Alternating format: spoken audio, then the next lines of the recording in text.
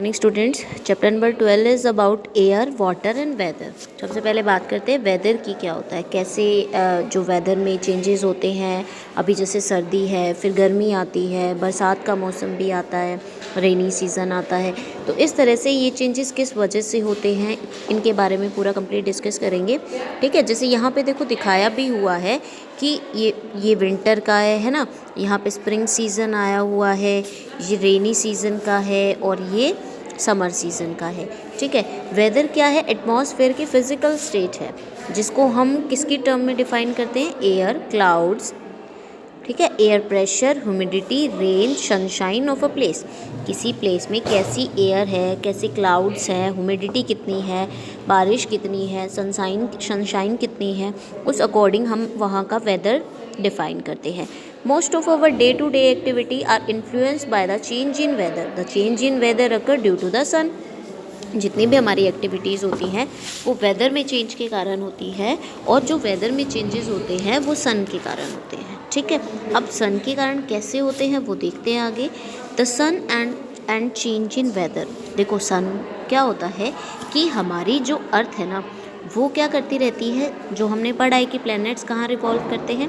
Planets जो हैं वो सन के चारों तरफ रिवॉल्व करते हैं। ठीक है, सन बीच में होता है, प्लैनेट इस तरह से करते हैं।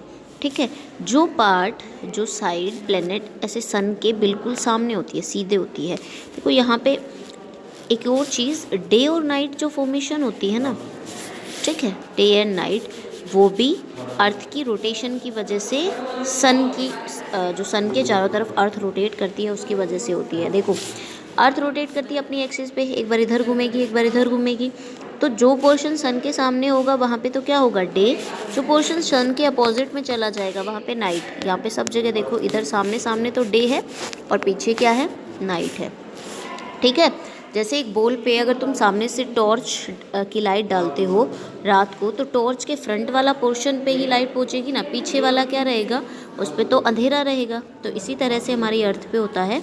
ठीक है, सेकेंड थिंग, उसको कहते हैं हम रोटेशन कहते हैं। ठीक है, उस मोमेंट को हम कहते हैं अर्थ की रोटेशन। अब बात एक और आती है कि रिवोल्यूशन क्या होता है।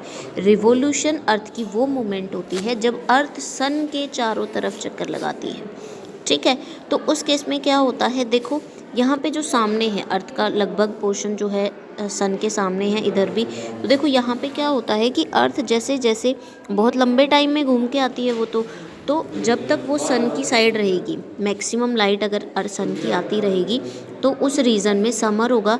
लेकिन अगर देखो जैसे इसमें दिखाया हुआ है यहाँ पे विंटर, ये जो इधर वाले पोर्शंस हैं इनमें विंटर होगी, क्योंकि सन की अगर लाइट नहीं पहुंच पाती है, जैसे नॉर्थ पोल और साउथ पोल है, और मैक्सिमम टाइम ठंड ही होती है, क्योंकि सन की जो लाइट है वो प्रॉपरली वहाँ पहुंच नहीं पाती है। ठीक है, तो जो रिवॉल्यूशन होता है उसकी वजह से क्या होता है, हमारे जो सीजन्स होते हैं वो होते हैं, जैसे जैसे अर्थ घूमती रहती है उसके अकॉर्डिंग हमारे सीज़न भी चेंज होते रहते हैं। ठीक है, नेक्स्ट जो आता है, हमने कहा कि जो सीज़न है, वेदर है, वो चेंजेस होते हैं सन के कारण या एयर के कारण। ठीक है, तो ये तो बात थी कि सन के चारों तरफ जब अर्थ मूव करती है तो उसके कारण चेंजेस आते हैं हमारे वेदर सीज़न में। अब बात आती है एयर की, कि एयर कैसे अफेक्ट करता है। जो देखो, the heat of sun affects the movement of air. जो सन की हीट है वो एयर की मूवमेंट को अफेक्ट करती है। सन एयर को क्या कर देता है, हीट कर देता है, और एयर जब हीट हो जाती है, गर्म हवा हमेशा ऊपर की तरफ उठती है, क्योंकि गर्म हवा लाइटर होती है। ठीक है, क्योंकि ठंडी हवा में वाटर वेपर्स ज़्यादा होते हैं तो वो भारी हो जाती है। ठीक है, तो हॉट एंड लाइटर एयर हमेशा ऊपर उठेगी, और उसकी जगह जो ठंडी हवा है, क्योंकि जैसे ही वो ऊपर गई वो जगह खाली हुई, तो वो जगह कौन ले लेगा, ठंडी हवा ले लेती है।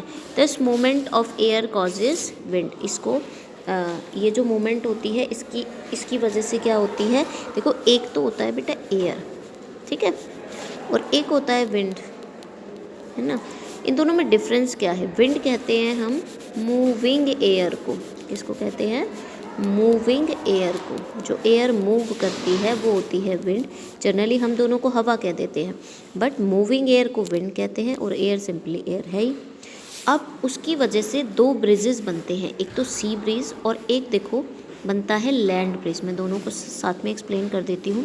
ठीक है, होता क्या है इसमें, देखो, जो सी ब्रिज होता है उसमें क्या होता है कि जैसे ही सन की लाइट सी पे डलती है और उधर ही लैंड पे भी, दोनों चीज़ों पे डलती है ना सन की लाइट, तो सन की लाइट दोनों पे फॉल होती है, तो क्या होता है कि जो पानी है वो भी गर्म होगा और जो लैंड है यानी कि उस पे जो मिट्टी है वो भी गर्म होती है। लेकिन आपको एक चीज़ का पता होना चाहिए कि जो मिट्टी है ना, रेत जिसे बोलते हैं, वो पानी से जल्दी गर्म होता है।